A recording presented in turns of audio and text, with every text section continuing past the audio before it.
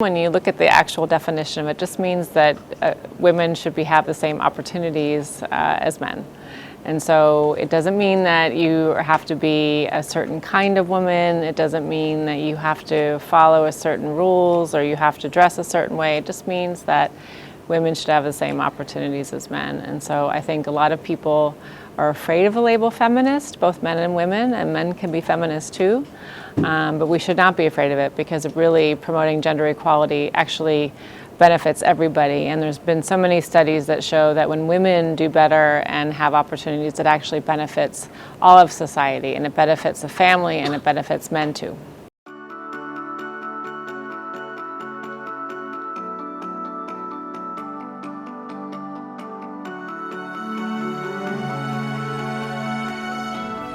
Bất bình đẳng giới vẫn còn tồn tại ở nhiều quốc gia, không chỉ ở Việt Nam, Mỹ, mà ở hầu hết các quốc gia trên thế giới. Do đó, công việc chăm sóc gia đình, con cái trở thành áp lực lớn cho phụ nữ, đặc biệt đối với những người vừa làm nội trợ vừa đi làm công việc bên ngoài.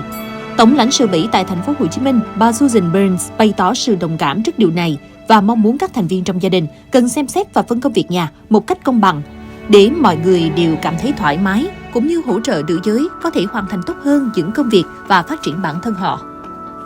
A lot of women experience pressure to work outside the home, but also to essentially do a second job inside the home, right? And I know there's women in Vietnam right now that do that, and certainly my mother was not much different. Actually, my mother was not allowed to go to university because there was no money for her to go. So she is not able to study at university. So a lot of women, I think, face those pressures, and I think it's up to the family to look at who earns the most money.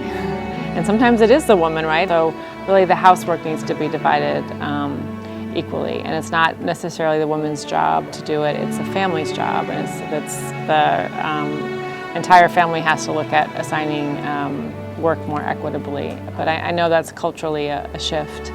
But I think it actually benefits everybody economically. A woman is going to earn more if she's able to get some support in the home.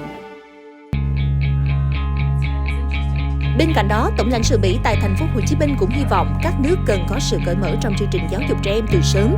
Đồng thời, bà còn đề xuất chính phủ các nước cần tạo điều kiện và đề cử nữ giới có đủ năng lực vào các vị trí chính trị. It's not in Vietnam, it's not in most countries around the world, and I think a lot of that has to do with what happens earlier in our education system.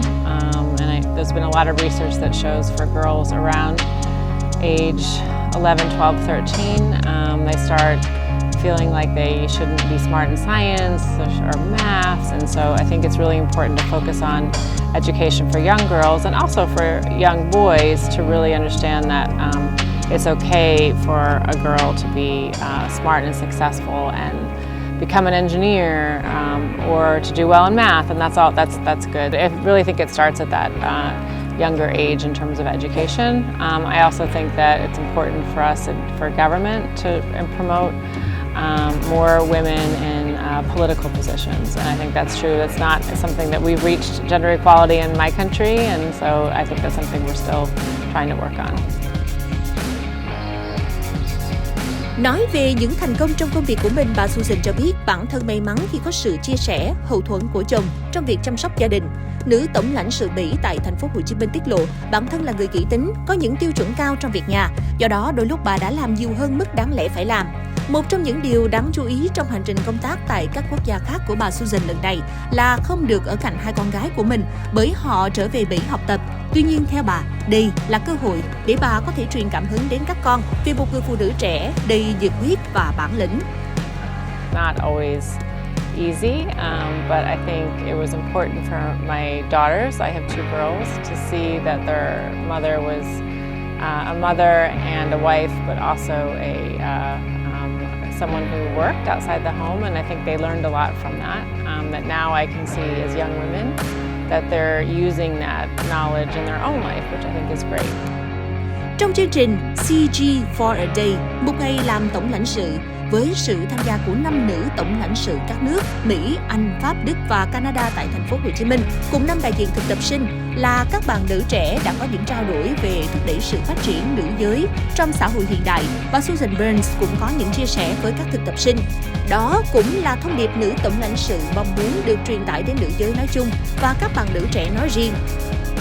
I just am me. And so I don't think about how I have to maintain something or be something. I don't have to be anything for anybody else. I just have to do my job and do it well and professionally. And if I'm doing my job well, the rest of that doesn't matter.